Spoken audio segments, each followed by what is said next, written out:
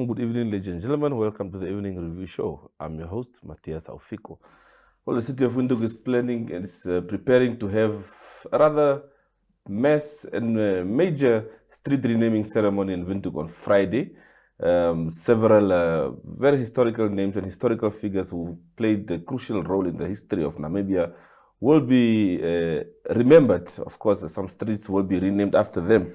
17 to be exact. If you just allow me to run through some of those names.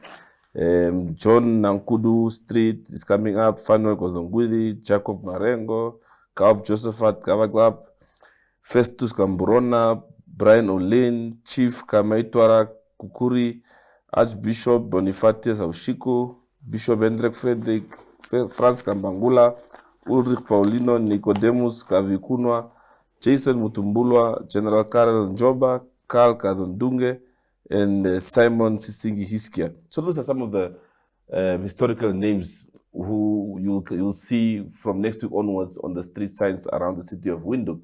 To talk about that, we're joined in studio by Mr. Benestus Kandundu. He's a royal family member from the Tjamuaha Royal Family. Good evening and welcome, sir. Good evening, Matthias. I thank you for welcoming me. It's always good to have you here. Quite a historic and landmark moment awaiting on Friday. Several historical icons being recognized by the city. What is your take on this? Yeah, actually, I didn't come here to make announcement on what is happening on Friday. Yeah. But as you have mentioned that Chief Nicodemus Kambahida Kavikunwa is amongst the people, those who are going to be given streets. Yeah. So I just came to narrate a bit on him. Yeah. Well, before we zoom in on him, of course, he was a member of the Tjamuaha Royal Family. I want us to rather take a broad approach on this. And just the significance of an event like this. There are some who may feel, what is a street name today? What will it do? What is the significance of an event of this nature and the city's decision to honor this? Yeah, from my side, I would not have come here to say what is basically the significance of this. But if I may just narrate a bit of the significance of the event in terms of narrating Nicodemus himself. That's what brought me here. Yeah.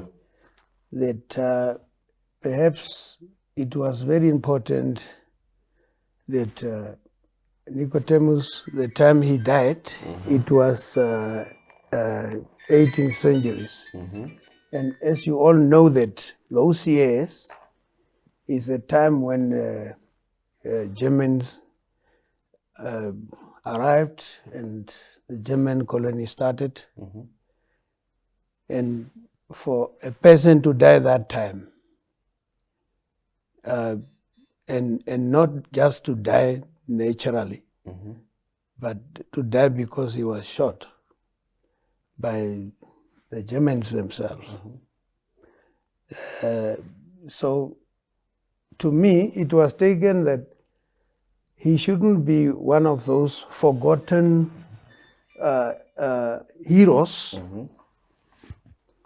It's a way of remembering him, of what he had offered to the people that time. He was a defender and protector of the Hereros who were living in the land that time. And he defended their livestock and their daily livelihood. So therefore, I just wanted to give you a little background on where he come from and what gave him that strength. He's a son of Tjamuaha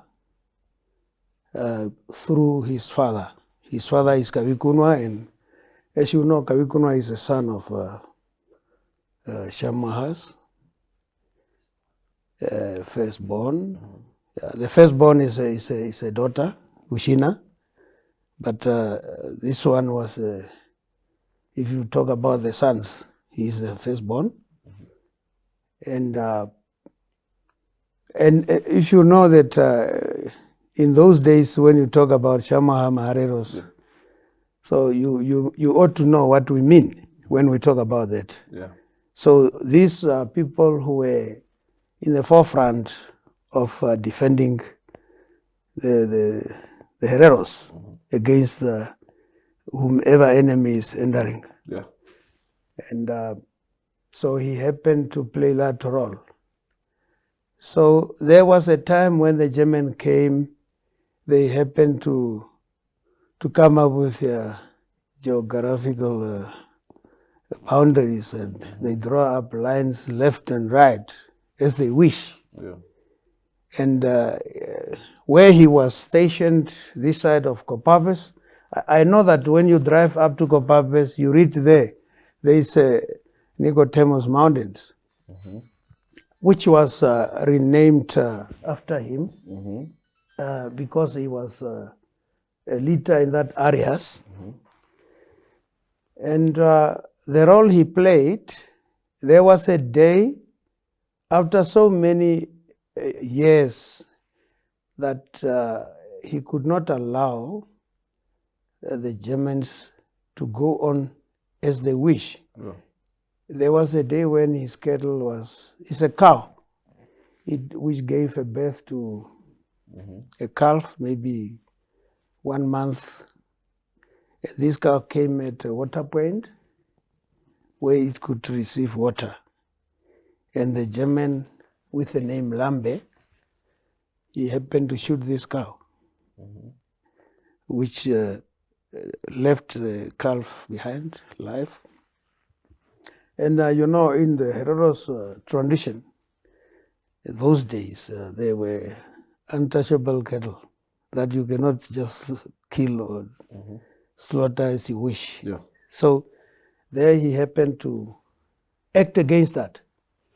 And he happened to shoot this Lambe.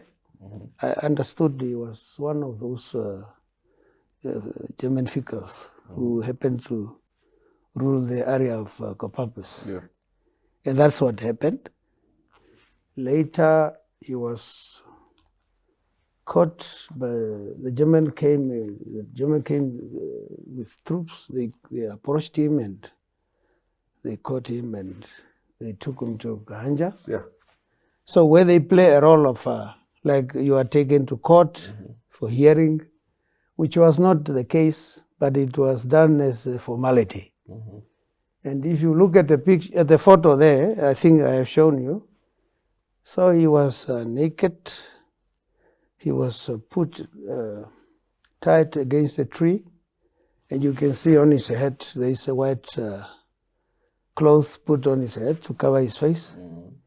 And you can see all the people who shot him, they were all those with rings. And approximately, if you look at the photos there, it can show that maybe they were almost more than 10. Yeah. And all of them, they were these Germans with rings. And that's what happened. Yeah. And it was learned that if you don't tie him, if you don't hold him, some people were saying he could grab all your guns and he could easily shoot you because he was well trained. And yeah. You speak of a man with so much history. Some would ask, how is it that this name Nicodemus Kavikunwa in the general historical talks of the country, it hardly comes up? Yeah, it came so in many names. You find it. Yeah. But you know, this happened so that if you go wherever, even in Germans, you read about it. Yeah. So because the Germans regard him as a threat to the way how they want to do things. Yeah. Yeah. So what would you say would the significance of a ceremony of this nature be to people like Nicodemus Kavikunwa? Yeah, in a way, I could say that it's very, very important because at the end of the day, it's a reminder to everyone in the country. From time to time, it gives a reminder to everyone's mind to understand that in this country, there are people who died before. Even everyone didn't know what is going to happen. Yeah. They died the time when things were so difficult. They died the time when people were only riding horses, and so they were so people who motivated us. So it's actually, I can say for now, for everybody in the country, is just to make sure that everybody know, everybody pick up that, oh, we are celebrating independence today is because of Tjamuaha Royal who died that time. That is what normally must come to the mind of everyone in Namibia. So would you say this type of commemorations is it enough for the work that, like the work you are describing, that yeah, for now I wouldn't have said is enough.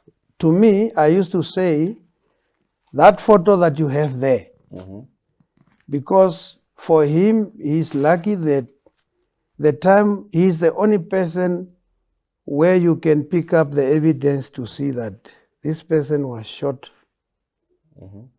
And the photo tells you that these are the people who shot him, and this is how he was shot.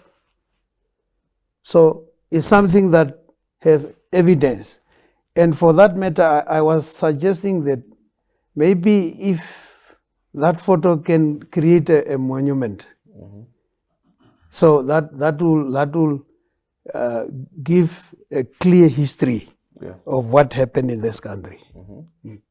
That is basically my view now.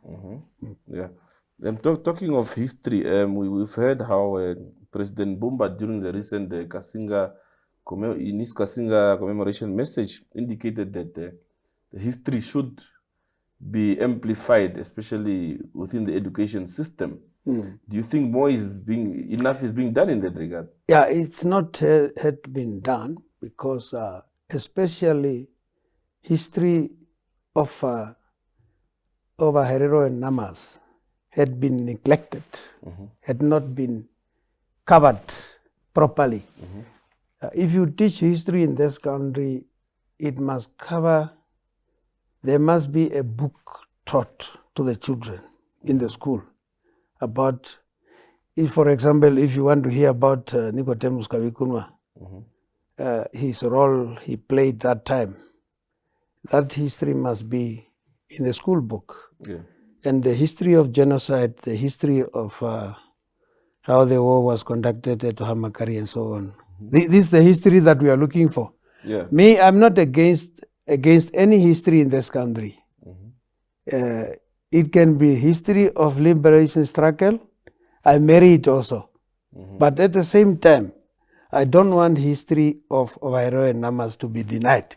But why would someone want to deny it?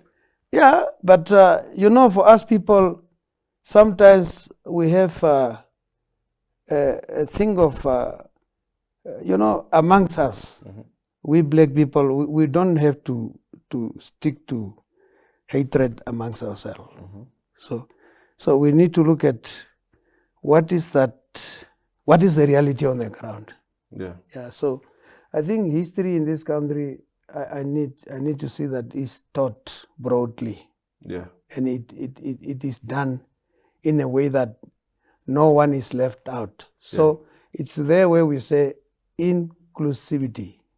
So it's also part of that. You see? So we also need to see that history is taught broadly. History includes everybody. Wherever there is a history that needs to be written, it must be written. And it must be taught to those who need it. Well, there are also those who feel that those who knows the history are not really forthcoming with information as to what transpired in the past. How do we cross that bridge? Yeah, but you see, what need to be done is that if a platform is created to invite those who are knowledgeable in that, I think they will come forth. Yeah. People like us will come forth. There's no problem with that. Yeah. So let's just create that platform and see if you say all Namibians, we set up a history house where everyone will come and present history, and it will be heard, and then we compile history. We make Namibian history. Yeah. Mr. Kandundu, we head for a short break quickly. We'll be back to continue the second half of the show. No problem. Well, to our viewers, we head for a short break. We'll be back with the second half of the show. Stay tuned.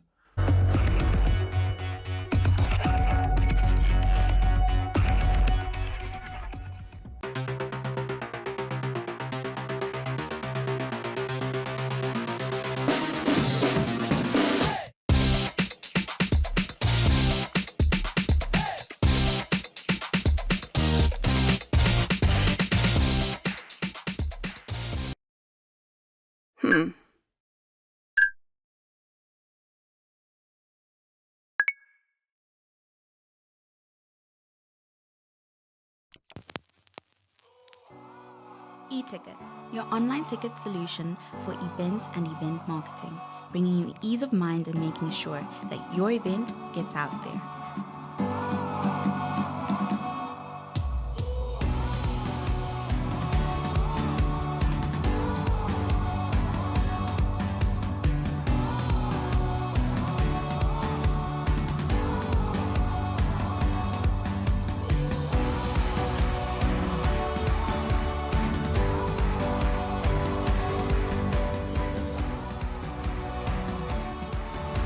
For more information, contact events@nmh.com.na.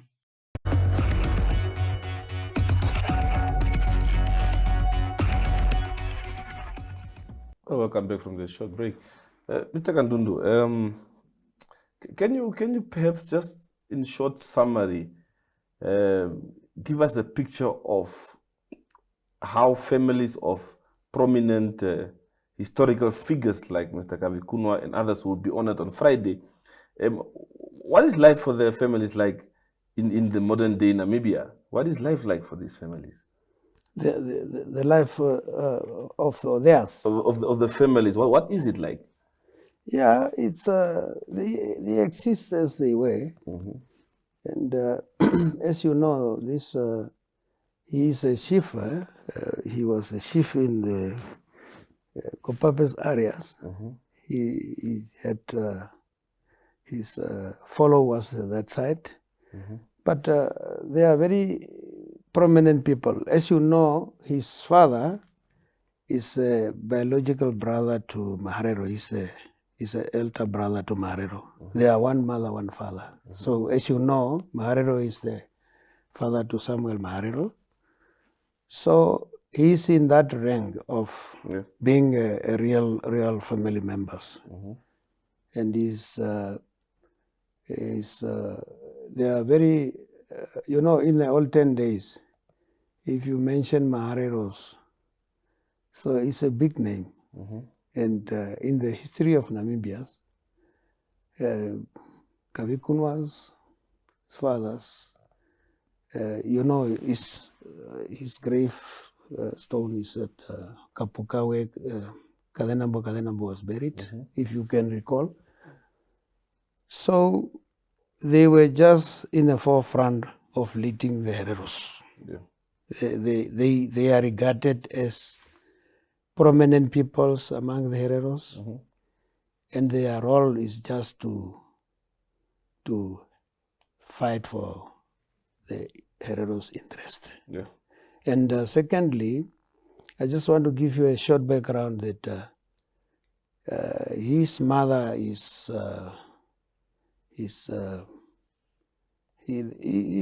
well born. One can describe him like that. He's from Kambadembe side, Washindus, is where the mother come from.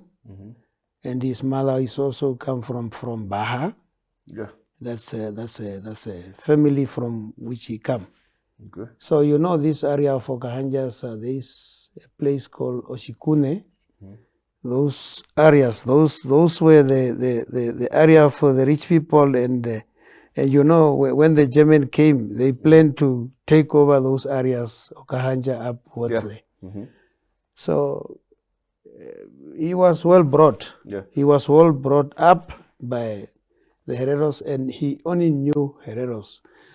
As a respected man among the Hereros, he was leading the Hereros that side of Kopapes.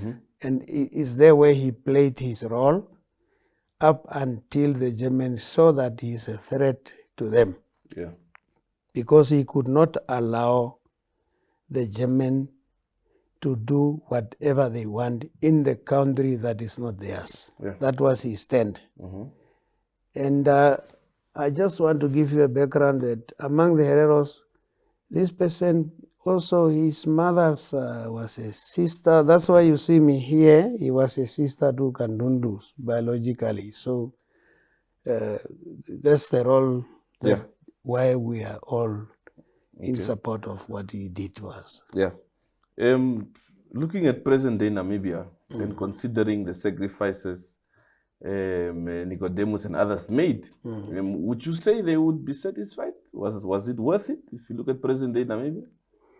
Yeah, actually, one would not have said satisfied. What they would have seen happen, they would have seen that after the country was independent, all what they know them would have seen, for which they would have been happy. They would have got all the land back. That is their dream. That was their stand.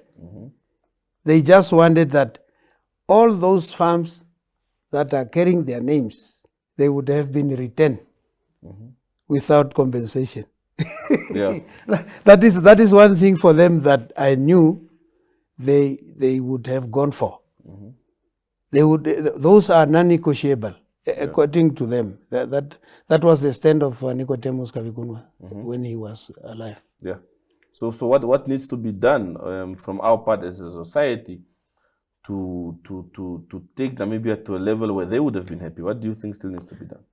No, the level to where they would have been happy was that, first of all, in this country, people must recognize that there is ancestral land. There is a land that belonged to those who were at that land. And these people, they were dispossessed. Their land were taken away from them. If you first make that recognition, and then you have to think, if a person's land was taken away from him and he's sitting without a land, what is that you would have done for those people? Secondly, these people, they are themselves genocide as they are there.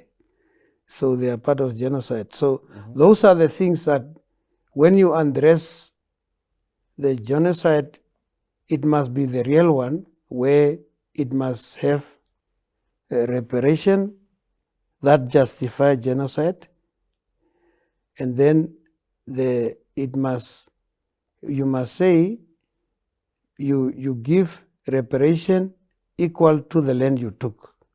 You give reparation equal to the livestock you took, and the dignity rectifications. These are the things that you have to talk about. And then you satisfy them while they are in the where they are laying now at the moment. So that is basically, those were their dreams. Whether you want or not, whether you do A, B, C, D, that is their dreams. And just as we wrap up, what is your expectation as far as Friday's ceremony is concerned? Actually, basically, the expectation is not much. It's just that it will just open a door for everyone, especially it is done in Windhoek. So the people who are in Windhoek, they are going to be enlightened on what is history of Namibia is all about. Who died for it, and who died for independence, and why did they die? They died because the Germans wanted the land, and the only thing they could do is only to kill Chief Nicodemus Kabikunwa. Then it will bring the issue of him standing in their way. That was actually why he died. Yeah. Okay. He was standing in their way, Yes. and in order for him to go away from standing in their way is to kill him. Yes. To kill him, to get rid of him. Yeah. Yeah. Just lastly, there's a lot of activism going on in modern day Namibia. Of course, in the past, you could call them liberation activists. Yeah. What is it that modern day activists can learn from those historical figures that will be recognized on Friday? Yeah, actually, them are learning new. Actually, you know, this history is like a hidden thing, and now it's coming up. It's coming out. So people are learning that these are the men. He's the man who died for us. Yeah. So it's a reality that is coming out, and everyone, every activist, every new person, every young person is learning new things, and it will help also the people of this country also to start discussing how to revisit the history of Namibia in order to be incorporated in the school curriculum. So that because a lot of people are learning now, they are going to see that, oh, these are the people who fought for the country, and they were hidden. So this is the thing that is coming out actually. Yeah. Yeah. Okay. Mr. Kandundu, thank you very much for your time this evening. It's my pleasure, Matthias. Thank you. Okay. Thank you. Well, to our viewers, thank you for staying tuned. To see you again tomorrow, same time, same place.